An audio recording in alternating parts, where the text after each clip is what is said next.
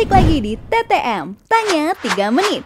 Nanya-nanya tentang keuangan sama ahlinya cuma 3 menit aja. Selanjutnya ada pertanyaan dari Axel Donilson Gaing.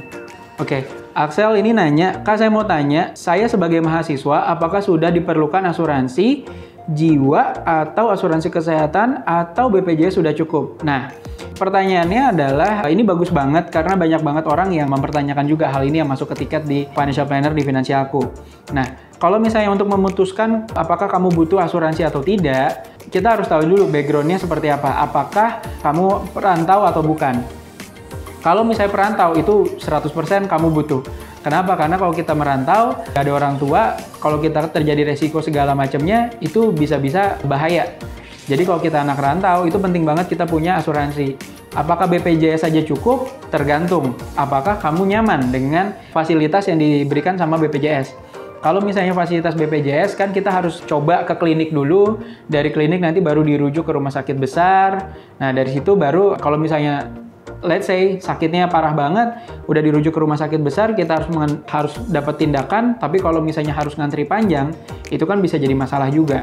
BPJS nggak jelek, BPJS juga bagus. At least kamu punya BPJS pun itu udah sangat-sangat membantu. Tapi membeli asuransi kesehatan itu hal yang berbeda. Kenapa? Karena asuransi kesehatan itu kalau kamu sakit, kamu tinggal nunjukin rumah sakit yang rekanan dengan asuransi kamu. Sudah, habis itu kamu tinggal dirawat. Kalau misalnya itu ada fasilitas rawat inapnya, atau kalau misalnya kamu beli rawat jalan, kamu juga tinggal langsung memakai untuk fasilitas rawat jalan. Nah, kalau asuransi jiwa sendiri kamu tinggal diskusikan apakah background-nya Axel ini menanggung keluarga atau tidak, apakah ada yang ditanggung atau tidak. Kalau ada yang ditanggung, kamu penting untuk punya asuransi jiwa. Nah, tapi balik lagi untuk asuransi jiwa, BPJS atau kesehatan lebih baik karena aku juga nggak tahu Axel ini kondisi keuangannya seperti apa, apakah memang ada duit yang cukup untuk bisa membayar asuransi atau tidak. Nah, saran aku, coba Axel diskusikan dengan orang tua di rumah, apakah Axel harus membeli asuransi atau tidak. Kalau ternyata harus, ya Axel bisa berkompromi dengan orang tua untuk membayar preminya. Karena premi asuransi itu penting, tapi jangan sampai mengganggu juga untuk kelangsungan hidup. Nah, mungkin Axel bisa beli asuransi-asuransi yang tradisional, yang sifatnya murah, tapi juga Axel juga harus bisa membaca klausul-klausul yang terdapat di dalam polis asuransinya.